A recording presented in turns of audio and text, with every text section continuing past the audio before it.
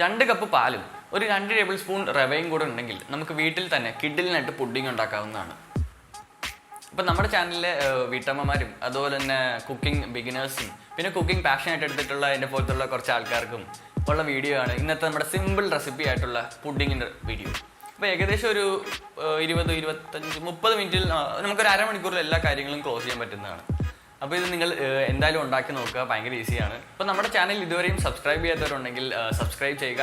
അതുപോലെ തന്നെ തൊട്ട് കാണുന്ന ബെല്ലൈക്കൺ കൂടെ അമർത്തുവാണെങ്കിൽ നല്ല നല്ല കണ്ടന്റുള്ള എൻ്റെ വീഡിയോസ് ഇനിയും നിങ്ങൾക്ക് നോട്ടിഫിക്കേഷൻ ആയിട്ട് ലഭിക്കുന്നതാണ്. അപ്പോൾ നമുക്കിനി പുഡിംഗ് എങ്ങനെയാണ് ഉണ്ടാക്കുന്നതെന്ന് നോക്കാം. നമുക്ക് നേരെ വീഡിയോയിലേക്ക് തന്നെ പോവാം.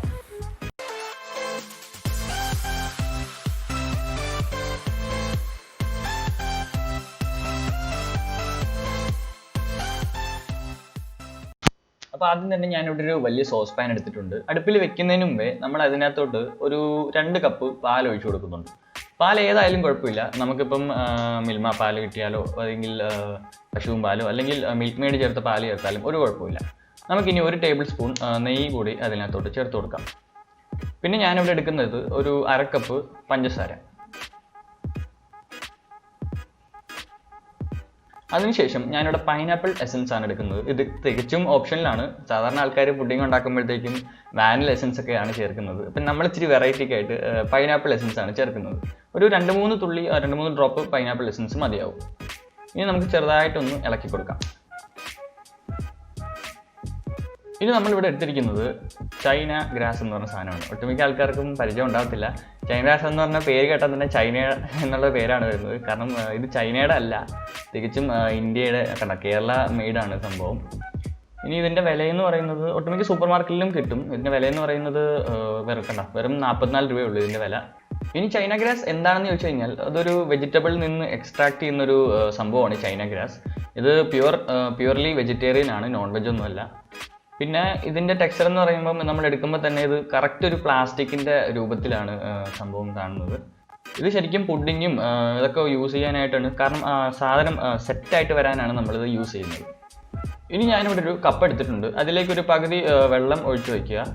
അപ്പോൾ അതിനകത്തോട്ട് നമ്മുടെ ഈ ഒരു ചൈന ഗ്രാസ് നമുക്കൊന്ന് കുതിർക്കാൻ വേണ്ടി വയ്ക്കാം.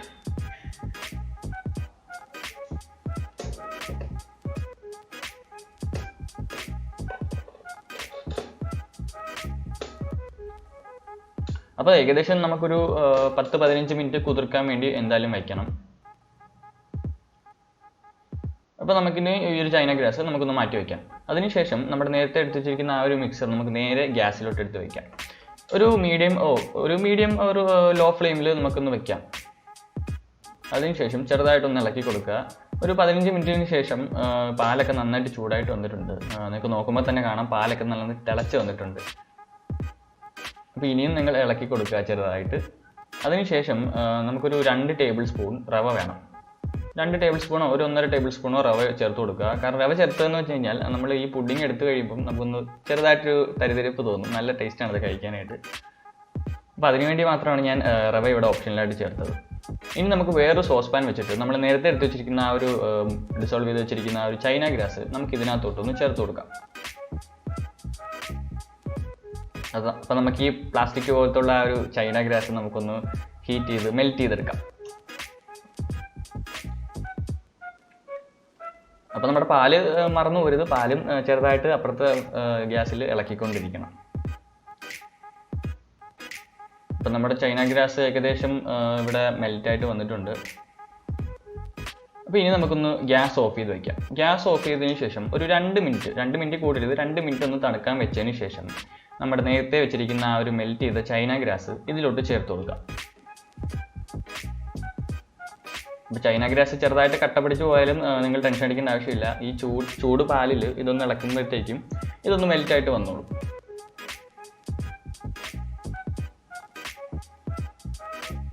അപ്പോൾ ചൈന ഗ്രാസ് ആഡ് ചെയ്തതിന് ശേഷം നന്നായിട്ടൊന്ന് ഇളക്കി കൊടുക്കുക. നന്നായിട്ട് ഇളക്കണം, കാരണം ഈ ഒരു ചൈന ഗ്രാസൊക്കെ ഈ ഒരു സ്റ്റേജിലാണ് ഈ പാലിലായിട്ട് മിക്സ് ആയിട്ട് വരുന്നത്. അപ്പോൾ ഈ ഒരു ചൈന ഗ്രാസ് അലിഞ്ഞ് ചേരും വരെ നിങ്ങൾ നന്നായിട്ട് മിക്സ് ചെയ്യണം. അപ്പോൾ ഏകദേശം ഇവിടെ ചൈന ഗ്രാസ് ഒക്കെ മിക്സ് ആയിട്ട് ഡിസോൾവ് ആയിട്ടൊക്കെ വന്നിട്ടുണ്ട്. ഇനി നമ്മുടെ പുഡിങ് മൗൾഡ് ചെയ്യാനായിട്ട് ഞാനിവിടെ ഒരു പരന്ന പ്ലേറ്റ് എടുത്തിട്ടുണ്ട്. ഏത് പ്ലേറ്റ് ആണെങ്കിലും കുഴപ്പമില്ല, ഫൈബർ ആണെങ്കിലും സ്റ്റീൽ ആണെങ്കിലും ഒരു കുഴപ്പമില്ല. ഇനി നമുക്ക് അതിലേക്ക് കുറച്ച് ഗീയോ കുറച്ച് ബട്ടറോ ഓയിലോ എന്താണെന്ന് വെച്ചാൽ നമുക്കൊന്ന് സ്പ്രെഡ് ചെയ്ത് കൊടുക്കാം. അപ്പോൾ ഇതിനകത്തോട്ട് നമ്മൾ നേരത്തെ എടുത്ത് വെച്ചിരിക്കുന്ന ആ ഒരു പുഡിങ് ചൂടോടെ തന്നെ നമുക്ക് ഇതിനകത്തോട്ട് ഒഴിച്ചു കൊടുക്കാം. ഇനി ഞാനിവിടെ ഗാർണിഷ് ചെയ്യാനായിട്ട് കുറച്ച് ബദാമും അതുപോലെ തന്നെ കുറച്ച് ചെറിയും സ്ലൈസ് ചെയ്തെടുത്തിട്ടുണ്ട്. നമുക്ക് ഇതിനകത്തോട്ട് ഒന്ന് മേളിലൊന്ന് തൂക്കി കൊടുക്കാം.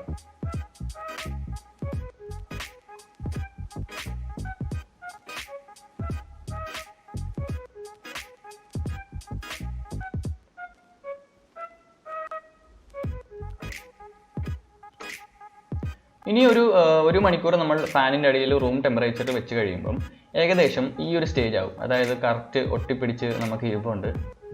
ഇനി നമുക്ക് ഈ ഒരു സംഭവം നേരെ ഫ്രിഡ്ജിലോട്ട് വെക്കാം. സാധാരണ എല്ലാവരുടെയും മനസ്സിലുള്ള ഫ്രിഡ്ജിൽ ഐസ്ക്രീമും അതുപോലെ തന്നെ സോസൊക്കെ ആയിരിക്കും. പക്ഷേ ഇവിടെ വാഴപ്പിണ്ടിയാണ് മൊത്തം സ്റ്റോർ ചെയ്ത് വെച്ചിരിക്കുന്നത്. എന്ത് പറയാതെ. അപ്പോൾ എന്തായാലും നമുക്ക് ഈ ഒരു പുഡിങ്ങിൻ്റെ മിക്സർ നമുക്കൊരു 3 മണിക്കൂർ സെറ്റ് ആവാൻ വയ്ക്കാം. അപ്പോൾ ഫ്രിഡ്ജിൽ നിന്ന് ഞാനൊരു 3 മണിക്കൂറിന് ശേഷം എടുത്തിട്ടുള്ളപ്പം നിങ്ങൾക്ക് കാണാം നന്നായിട്ട് സെറ്റായിട്ട് വന്നിട്ടുണ്ട്. ഇനി നമുക്കൊരു ചെറിയൊരു പ്ലാസ്റ്റിക് നൈഫ് ഉപയോഗിച്ച് ആ അറ്റത്തൊന്ന് വിടിയിച്ച് കൊടുക്കാം.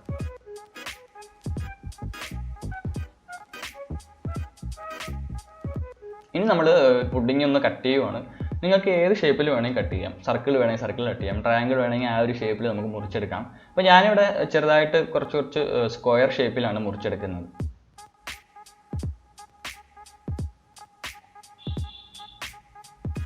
നമുക്കിനി ഒരു പീസ് അതിനകത്ത് നിന്ന് എടുത്ത് നോക്കാം, എങ്ങനെ ആ ഒരു കൺസിസ്റ്റൻസിയും ഒരു ടെക്സ്ചറൊക്കെ ശരിയായെന്ന് നോക്കാം. അപ്പം ഇവിടെ നമുക്ക് കാണാം നന്നായിട്ട് നമ്മുടെ പുഡിങ് വെന്തിട്ടുണ്ട്.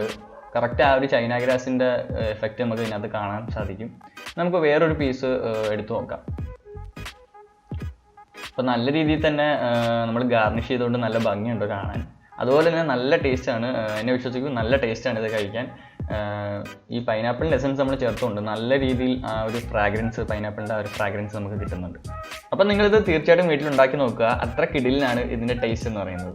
അപ്പോൾ അടുത്ത വീഡിയോ ആയിട്ട് കാണുന്നവരെ എല്ലാവർക്കും ബൈ.